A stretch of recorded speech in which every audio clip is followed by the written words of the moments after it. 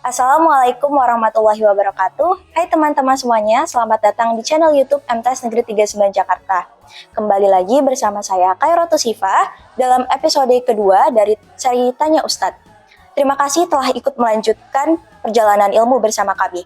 Pada episode sebelumnya, kita telah mendapatkan jawaban-jawaban bermakna dari Ustazah Siti Jubaidah dalam membaca Al-Quran bagi kita yang masih terbata-bata dalam membacanya. Dan hari ini kita akan melanjutkan perjalanan ilmu yang penuh berkah ini. Pada pertemuan yang kedua ini, kita telah kedatangan Ustazah Dewi Yuliana yang akan berbagi ilmu dan hikmah dengan kita. Sebelum kita mulai, saya ingin menyampaikan terima kasih kepada teman-teman semua yang setia menyaksikan dan memberi pertanyaan-pertanyaan menarik kepada tim kami. Dan tentu saja, ucapan terima kasih kepada Ustazah Dewi Yuliana yang telah menyempatkan waktunya untuk menjawab pertanyaan-pertanyaan yang akan kita bahas pada hari ini. Episode ini diisi dengan harapan dan semangat baru untuk menjawab pertanyaan-pertanyaan seputar ajaran Islam, tips belajar Al-Quran, dan berbagai bidang ilmu agama lainnya. Kita berada di sini untuk belajar dan tumbuh bersama, sehingga mari kita bersama-sama buka pikiran dan hati kita untuk menerima ilmu yang akan disampaikan pada hari ini. Tanpa berlama-lama, mari kita lanjutkan perjalanan ilmu kita ini dengan semangat dan bismillah.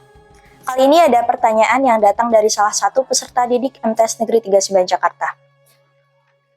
Assalamualaikum Ustadz atau Ustazah, saya baru mulai menghafal Al-Quran.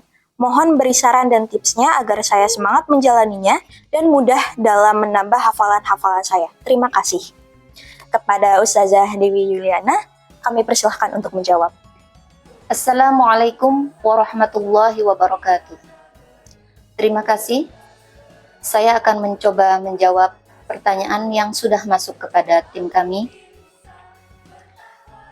Menghafal Al-Quran merupakan aktivitas yang sangat mulia. Sebagaimana sabda Rasulullah Sallallahu Alaihi Wasallam, "Asyrafu ummati hamalatul Quran." Umatku yang paling mulia adalah mereka yang menghafal Al-Quran.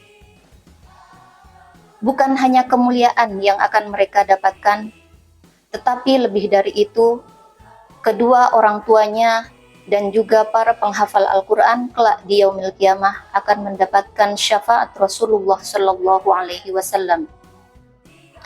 Dalam hal ini, Imam Asy-Syatibi menggubahnya dalam sebuah syair yang sangat indah, yaitu Hani'am mari'a walidaka alaihima malabisu anwarin minat taji wal hula. Sungguh senang dan bahagia kedua orang tuanya dipakaikan mahkota dan perhiasan yang bercahaya. Itulah balasan yang akan diterima oleh para penghafal Al-Quran beserta kedua orang tuanya. Untuk itu, untuk mendapatkan predikat umat yang mulia, maka kita harus bersungguh-sungguh, berjuang jiwa dan raga. Kita harus punya persiapan yang matang. Oleh karena itu, dalam menghafal Al-Quran, paling tidak ada dua hal yang harus kita persiapkan. Yang pertama, pra menghafal. Yang kedua, saat kita menghafal Al-Quran. Untuk yang pertama, pra menghafal, sebelum kita menghafal Al-Quran, apa yang harus kita persiapkan? Yang pertama tentu adalah niat, juga tekad yang bulat. Kita niatkan semuanya karena Allah Subhanahu wa Ta'ala, untuk mendapatkan ridho dan juga untuk menjalankan sunnah Rasulullah Sallallahu Alaihi Wasallam.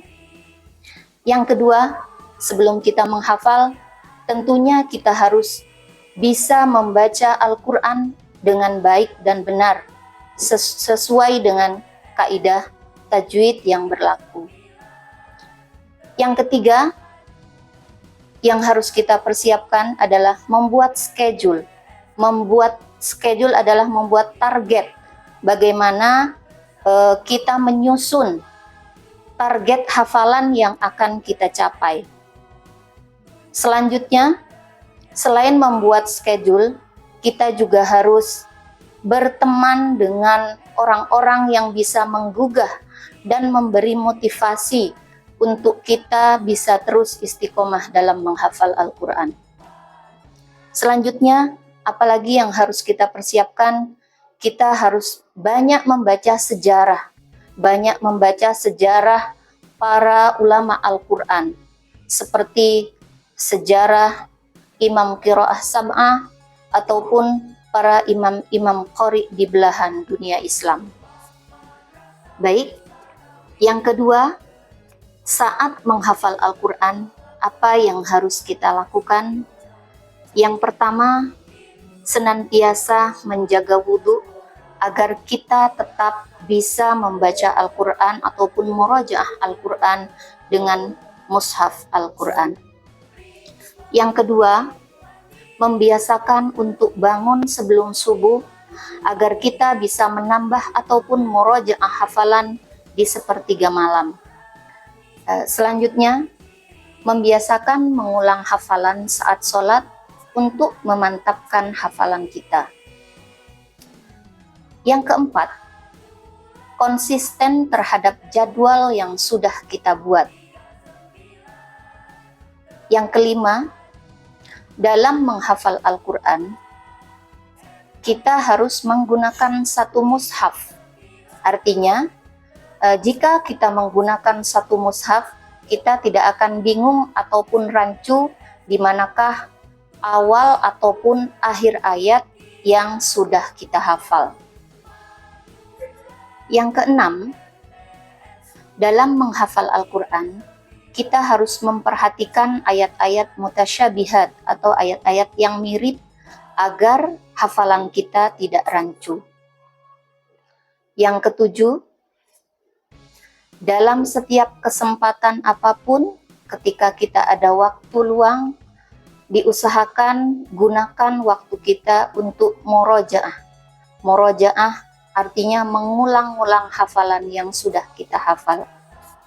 Yang terakhir, senantiasa berdoa kepada Allah Subhanahu wa Ta'ala agar kita diberi kemudahan dan istiqomah dalam menghafal Al-Quran. Sekian dari saya, kurang lebihnya mohon maaf. Semoga sedikit yang saya sampaikan memberi manfaat untuk kita semua, terutama untuk anak-anak yang baru mulai akan menghafal Al-Quran. Wabillahi taufiq wal hidayah. Wassalamualaikum warahmatullahi wabarakatuh.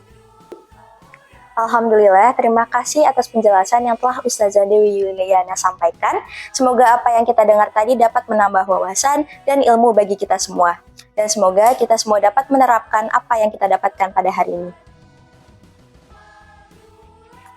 Jangan lupa berikan like, share, dan subscribe channel YouTube MTS Negeri 39 Jakarta. Sampai jumpa lagi. Wassalamualaikum warahmatullahi wabarakatuh.